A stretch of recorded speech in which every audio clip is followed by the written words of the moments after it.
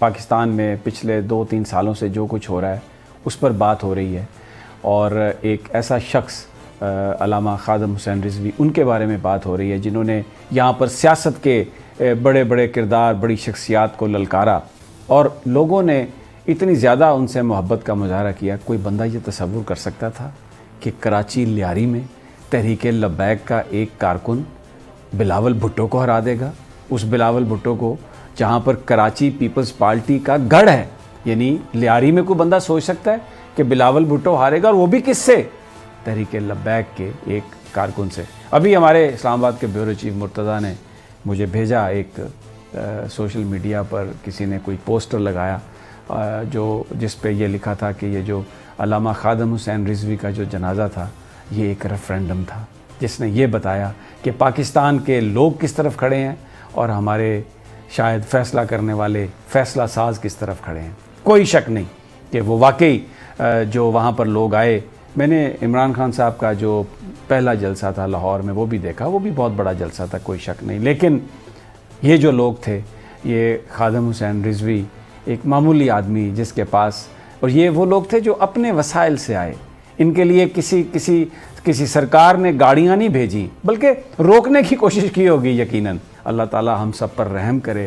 جو دکھانے کی چیز ہے، جو بتانے کی بات ہے، وہاں پر آ کے ہم مصلحتوں کا شکار ہو جاتے ہیں۔ پتہ نہیں ہم نے کس کو یہ بتانا ہے، اپنا یہ چہرہ دکھانا ہے کہ ہم بڑے لبرل ہیں اور ہم ان چیزوں کو پسند نہیں کرتے۔ یہ چیزیں ہماری زندگی ہیں، اور پاکستان سے، جیسے ابھی مرتضیٰ نے وہ پوسٹر بھیجا، یہ ایک ریفرینڈم تھا، یہ پاکستان کے لوگوں کا فیصلہ تھا کہ پاکستان کے لوگ کس کے ساتھ کھڑے ہیں، مسلمان کس کو اپنا لیڈر سمجھتے ہیں، اور کون سے وہ رہنما اصول ہیں جن پر ہم جانا چاہتے ہیں۔ اور عمران خان بھی پہلے بھی ٹھیک ہے، وہ پاپولر تھے، لیکن جب وہ مدینہ منورہ پہنچے اور وہاں پر وہ ننگے پاؤں جب اترے، صرف جرابیں پہنی ہوئی تھی، وہ سین ہے وہ ذہنوں سے نہیں نکلتے۔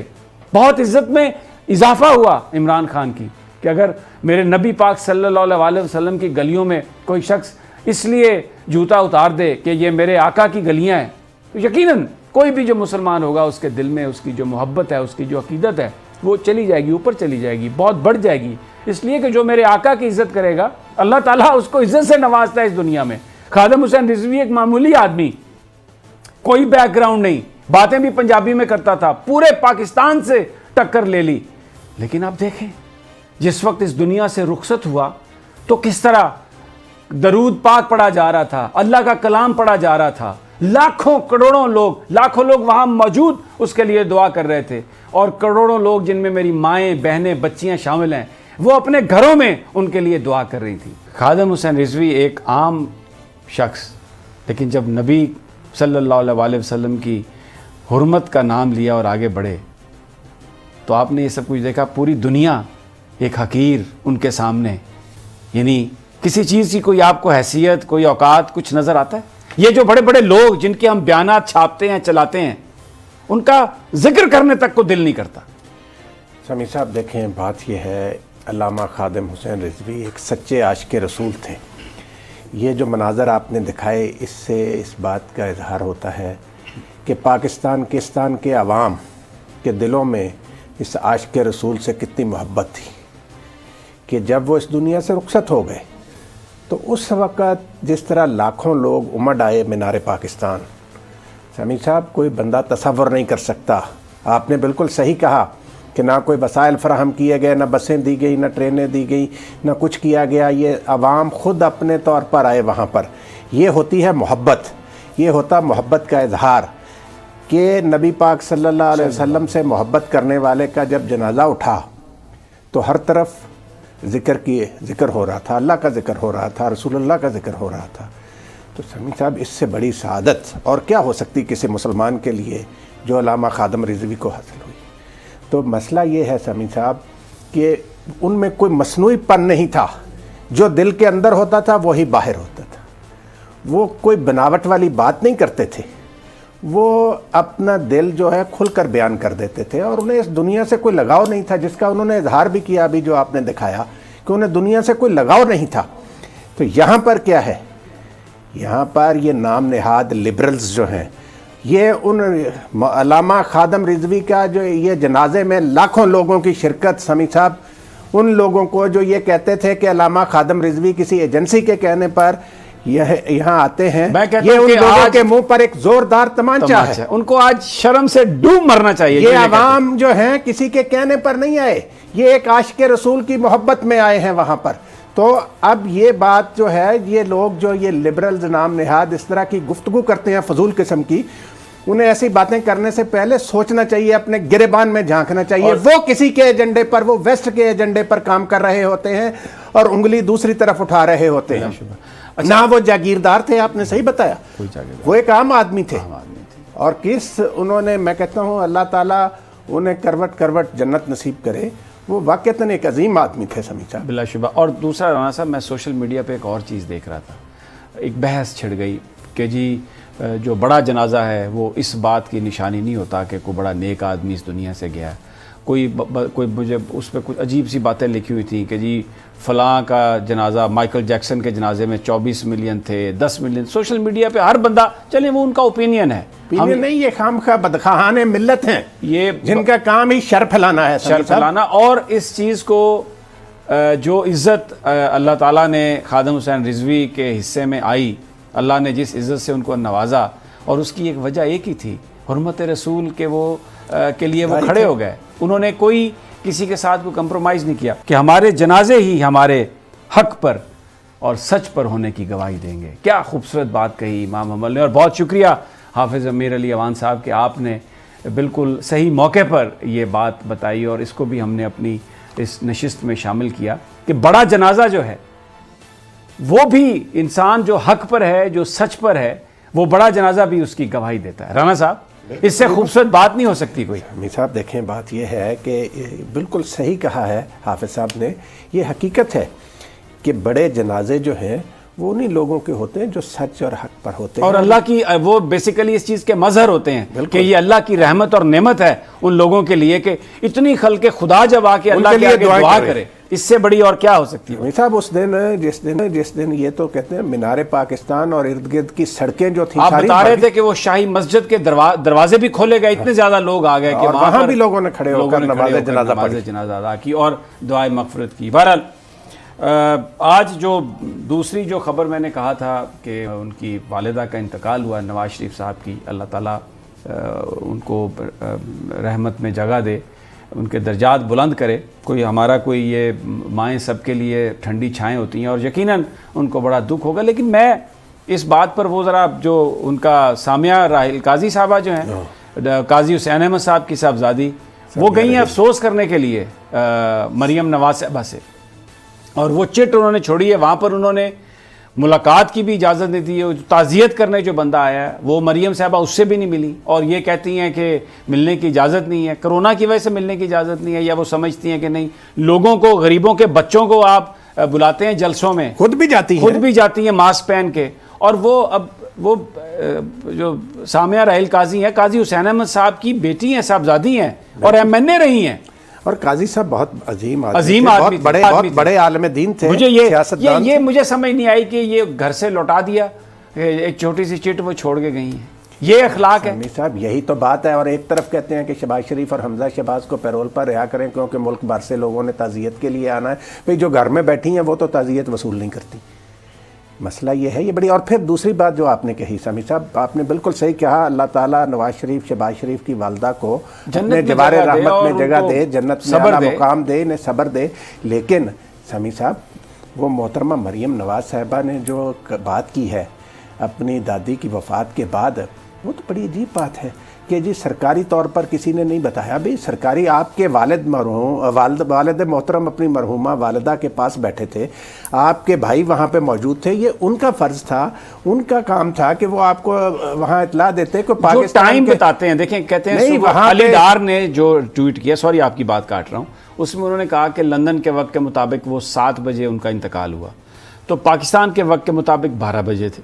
12 بجے وہ بلور ہاؤس میں ظہرانے میں شریک تھیں. تو پھر وہ آئیں جلسے میں 2-2.5 گھنٹے کے بعد، 3 گھنٹے کے بعد انہوں نے آ کے اچانک جو بلاول بھٹو کی تقریر تھی اس کو نیّر بخاری صاحب نے روکا، اور آ کے انہوں نے یہ کہا، 2 الفاظ بولے، اور پھر وہ کہ مجھے اب پتہ چلا ہے. تو وہ وہ ان کو بتانا سرکار کا کام تھا رانا صاحب. وہ اطاعت آرڑ صاحب تو اس سے کافی پہلے ٹی وی پر کہہ چکے تھے کہ جی مریم نواز صاحبہ کو اطلاع دے دی گئی ہے. بات یہ ہے سمیع صاحب، مجھے اس بات پہ اس جملے کی سمجھ نہیں آئی آج تک ان کے کہ سرکار کس بات کی اطلاع دیتی ان کی. کیا وہ سرکار کے کسی ہاسپٹل میں سرکار کے پاس زیر علاج تھیں مرحومہ ان کی دادی صاحبہ جو ہیں، بھئی وہ وہاں اپنے بیٹے اور پوتوں کے پاس تھیں، وہ انہوں نے اطلاع دینی تھی. سرکار ادھر کسر سے کیا. چلیں جی اب مجھے اگلی بات بتائیں، نواز شریف صاحب کیوں نہیں آ رہے؟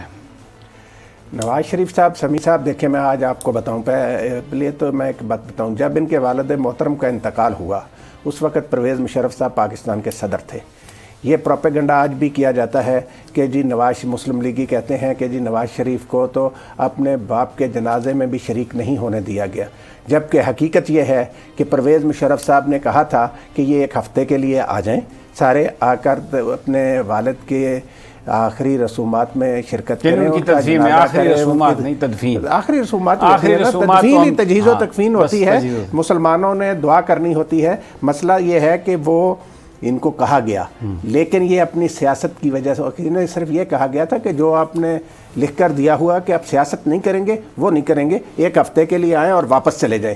یہ خود نہیں آئے اور الزام دیا پرویز مشرف پر کہ انہوں نے اجازت نہیں دی. یہ ویسے انہوں نے کمال کیا، نہ والد کے جنازے میں آئے، نہ اب اپنی والدہ کے میت کو دفنانے کے لیے آئے ہیں. کیا کس قسم کی لائف ہے یہ سمیع صاحب؟ بس عجیب ہی سوچ ہے ان لوگوں کی. میں تو کہتا ہوں کہ نواز شریف صاحب کو چاہیے، یہ دیکھیں نا وہی جو وہ بانی ایم کیو ایم کے کارکن کرتے ہیں نا کہ بھائی نہیں آنا نہیں آنا نہیں آنا نہیں آنا، اسی طرح کہتی ہیں جی میں نے کہہ دیا ہے والد صاحب سے کہ آپ نے بالکل نہیں آنا. اور وہ سارے جو پارٹی کے لیڈر جو ان کے چالے چانٹے جو ہیں سارے وہ نہ آئیں جی نہ آئیں جی، ان کے کہنے پہ، مریم صاحبہ کے کہنے پہ یہ بیان دے. یہ اس کے فالوور ہے وہ ایم کیو ایم کے بانی کے.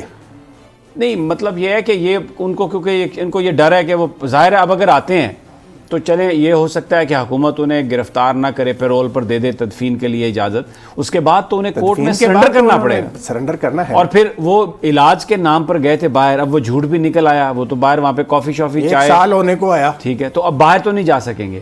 تو اب تو صورتحال جب اگر پرویز مشرف صاحب نے اجازت دی تھی تو تب تو موافق صورتحال تھی، لیکن ابھی تو خان صاحب تو اب کہتے ہیں ہاتھ پھیر کے کہنے میں لے کے آنا ہے تو واپس کیوں نہیں جانا؟ یہ سوچنے کا وقت ہے مسلم لیگی کارکنوں کے لیے اور ان لوگوں کے لیے جو انہیں اپنا لیڈر سمجھتے ہیں کہ جو اپنی والدہ محترمہ کے جنازے میں شرکت کی اتنی جرت نہیں ہے کہ والدہ محترمہ کے جنازے میں شرکت کے لیے آئیں، وہ ان کارکنوں کے لیے یا ان عوام کے لیے یا اس ملک کے لیے کہاں کھڑے ہوں گے؟